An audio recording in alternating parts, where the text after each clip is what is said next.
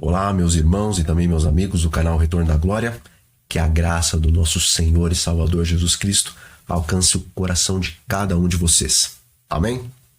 E, meus amigos, a palavra do nosso bom Deus, as Sagradas Escrituras, elas estão recheadas de promessas maravilhosas e também tremendas que o nosso Deus liberalmente concedeu para todos aqueles que o servem. E uma das promessas mais interessantes da palavra de Deus é que Deus promete que nenhuma promessa dele vai falhar, porque está escrito: assim será a palavra que sair da minha boca, não voltará para mim vazia, mas fará o que me apraz e prosperará naquilo para que a designei. Isso está lá em Isaías capítulo 55, versículo 11. Bom, sendo que Deus não pode mentir, então não podemos ter nem um centímetro de dúvida com relação ao cumprimento das promessas que ele fez. Contudo, embora Deus não deixará de cumprir aquilo que ele mesmo prometeu, ao mesmo tempo, as suas promessas sempre têm condições e cabe a cada um de nós cumprir a nossa parte para então podermos receber aquilo que Deus afirmou que ia nos dar. E, meus amigos, na Bíblia nós encontramos um total de 8.810 promessas e desse total 7.487 são promessas de Deus para o homem. Mas no meio dessas quase 7.500 promessas de Deus para a humanidade, hoje eu quero destacar uma que é extremamente importante para reclamarmos ela para esses nossos dias. E ela está lá em 2 Pedro, no capítulo 1, no versículo 4, e diz assim: pelas quais ele nos tem dado grandíssimas e preciosíssimas promessas para que por elas fiqueis participantes da natureza divina, havendo escapado da corrupção que pela concupiscência há no mundo.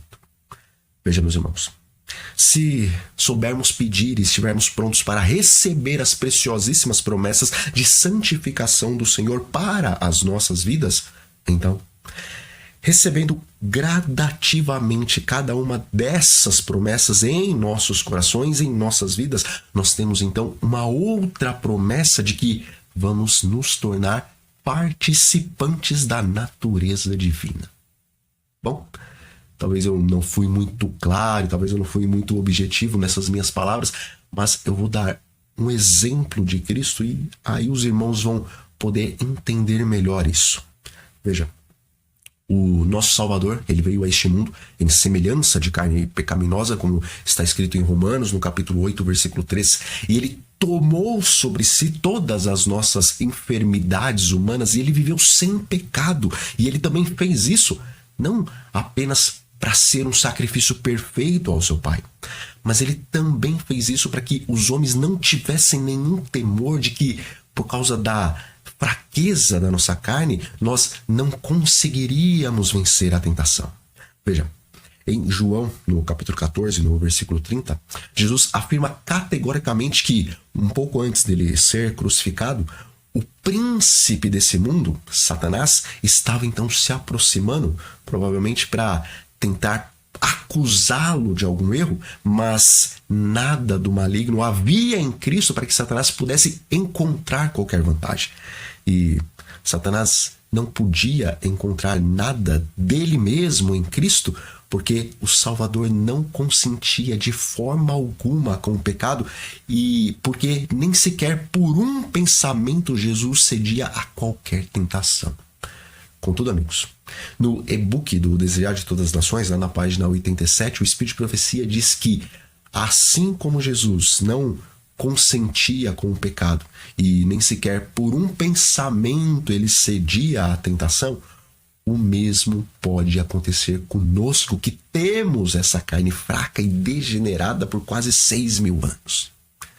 E agora, talvez os irmãos me perguntem, mas como que nós, pecadores e fracos, poderemos não ceder às tentações, até mesmo nos pensamentos, André?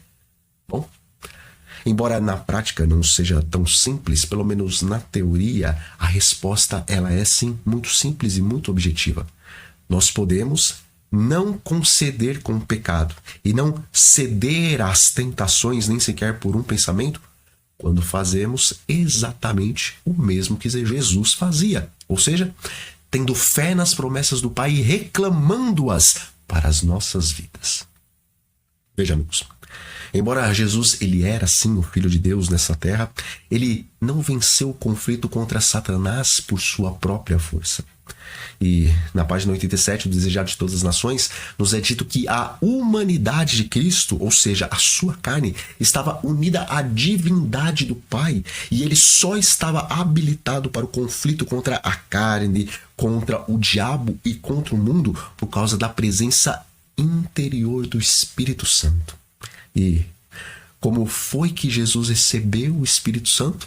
Bom, em Lucas 3, versículos 21 e 22, nós lemos que depois de Jesus ser batizado, Jesus orou e os céus se abriram e o Espírito desceu sobre ele em forma de pomba. Ou seja, Jesus suplicou em oração e reclamou humildemente do seu Pai a promessa do Espírito Santo. E depois desse acontecimento no seu batismo, como diz o Espírito de Profecia em The Things of the Times, de 21 de novembro de 1895, manhã após manhã, Jesus se comunicava com o Pai e recebia dele diariamente um renovado batismo do Espírito Santo. Irmãos, Jesus rogava dia após dia as preciosíssimas promessas do Espírito Santo e por isso a sua natureza era fortalecida para enfrentar e para vencer o combate com as trevas. E conforme está escrito lá no comentário bíblico, em inglês, no volume 7, página 943, não precisamos conservar nenhuma propensão pecaminosa. Ao participarmos da natureza divina, as tendências herdadas e cultivadas para o mal são separadas do caráter e somos tornados uma força viva para o bem, aprendendo sempre do Divino Mestre, participando diariamente de sua natureza, cooperamos com Deus no vencer as tentações de Satanás. Bom, em 1 Tessalonicenses, no capítulo 4, versículo 13, nos é dito que a vontade de Deus para nós é a nossa santificação. E também em João 6,37 está escrito que quem vai a Cristo, de maneira nenhuma ele lança essa pessoa fora. Portanto, amigos, Deus tem o desejo de conceder a cada um de nós suas preciosíssimas promessas do Espírito Santo, para que nos tornemos participantes da natureza divina e sejamos vitoriosos sobre todo o pecado, assim como Cristo venceu. Bom, amigos, nós vamos ficando por aqui e o meu sincero desejo é que cada um de nós venhamos a confiar nas promessas de Deus e as busquemos com sinceridade, porque todo aquele que pede recebe, o que busca acha, e todo aquele que bate, a porta lhe é aberta. Então, fiquem todos com essas promessas e sob a paz do nosso Senhor Jesus Cristo, e até a próxima.